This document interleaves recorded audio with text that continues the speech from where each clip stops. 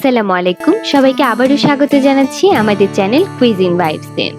বিরিয়ানি খেতে কে না পছন্দ করি, কিন্তু অনেক সময় পছন্দ থাকলেও উচ্চ রক্তচাপ কিংবা ডায়াবেটিসের কারণে অনেকে মাংস খেতে পারে না।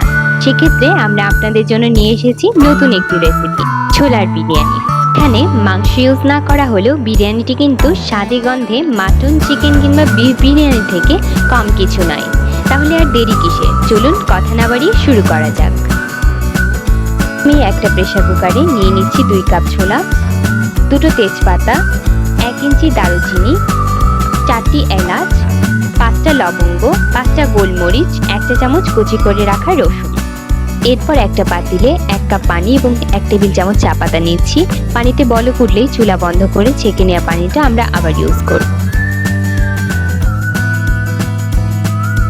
আমরা হাফ চা চামচ লবণ 3 কাপ পরিমাণ পানির সাথে মিশিয়ে এখানে ইউজ করছি। ও হ্যাঁ, ছোলাটা কিন্তু সিদ্ধ করার আগে 2-3 ঘন্টা পানিতে অবশ্যই ভিজিয়ে রাখতে হবে। এবার এটাকে মিডিয়াম ফ্লেমে রেখে অপেক্ষা করব 3 থেকে 4টা সিটির জন্য। 2 কাপ পরিমাণ চাল 20 মিনিট ভিজিয়ে রাখার পর এটাকে রাইস কুকারে পরিমাণ মতো পানিতে নামিয়ে নিচ্ছি। দিচ্ছি 2টো তেজপাতা, 1 ইঞ্চি দারুচিনি, 4টা লবঙ্গ, পরিমাণ মতো লবণ দিয়ে দিচ্ছি এতে। এরপর 1 টুকরো লেবু এবং 1 চা চামচ ঘি দিয়ে রাইস কুকারটি অন করে দিব। অন্য একটি পাত্রে 3 টেবিল চামচ তেল নিচ্ছি।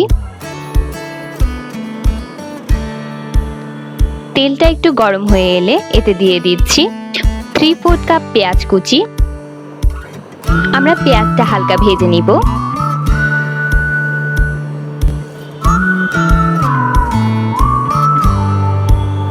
এরপর দিয়ে দেব 1 চা চামচ রসুন বাটা, 1 চা চামচ আদা বাটা, 5টা কাঁচামরিচ, 1/4 কাপের মতো পানি।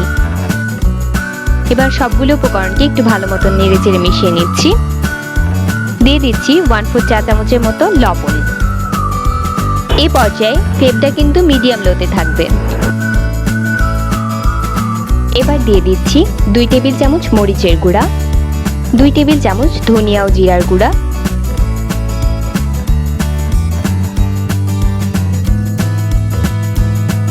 2টা মাঝারি সাইজের টমেটো পিউরি দিয়ে ভালোভাবে মশলাগুলোর সাথে এটাকে কষিয়ে নিচ্ছি।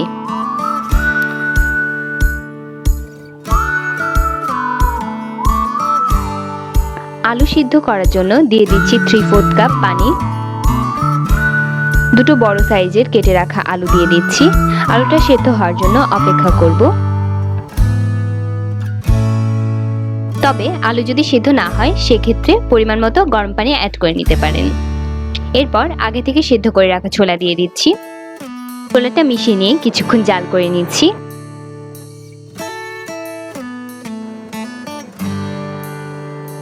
দিয়ে দিচ্ছি 1 কাপ পরিমাণ ঘরে তৈরি করে রাখা টক দই। এবার আবারও সবগুলো উপকরণকে ভালো মতো মেশাচ্ছি। স্বাদ বাড়ানোর জন্য দিচ্ছি 1/4 টিস্পুন ঘি। মিডিয়াম ফ্লেমে এটাকে জাল করে নিয়ে নামিয়ে দেব। এদিকে চালটা 70% সেদ্ধ হয়ে গিয়েছে। এবার একটা প্যান নিয়ে তাতে 1 টেবিল চামচের মতো বাটার নিচ্ছি। বাটার না থাকলে আপনারা এখানে তেল ব্রাশ করে নিতে পারেন। এবার 70% সেদ্ধ হওয়া চালটা আমরা প্রতিটা লেয়ারে দিয়ে দেব। এরপর এর উপর ছড়িয়ে দিচ্ছি আলু ও ছোলার গ্রেভিটা।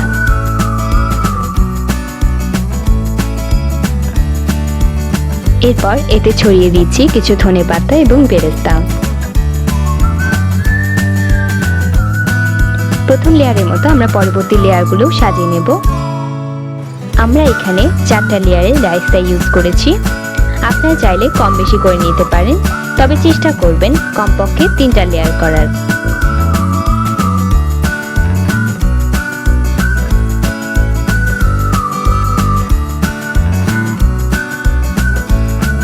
ফাইনাল লেয়ারটা আমরা সাজিয়ে নিয়েছি ধনেপাতা এবং বেরেস্তা দিয়ে।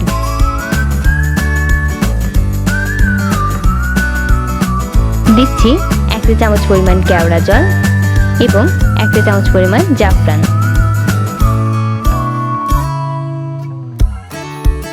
এবার এটাকে লো হিটে 20 থেকে 25 মিনিটের জন্য কুক করে নেব।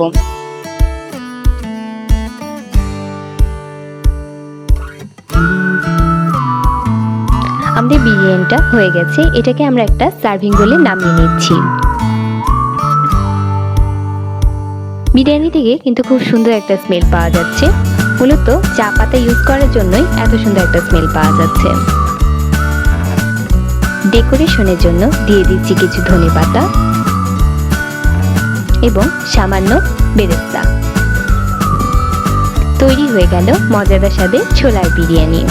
অনুরোধ রইল রেসিপিটি বাসায় একবার হলেও ট্রাই করবেন এবং ভালো লাগলে ভিডিওটি লাইক, কমেন্ট এবং সাবস্ক্রাইব করতে ভুলবেন না।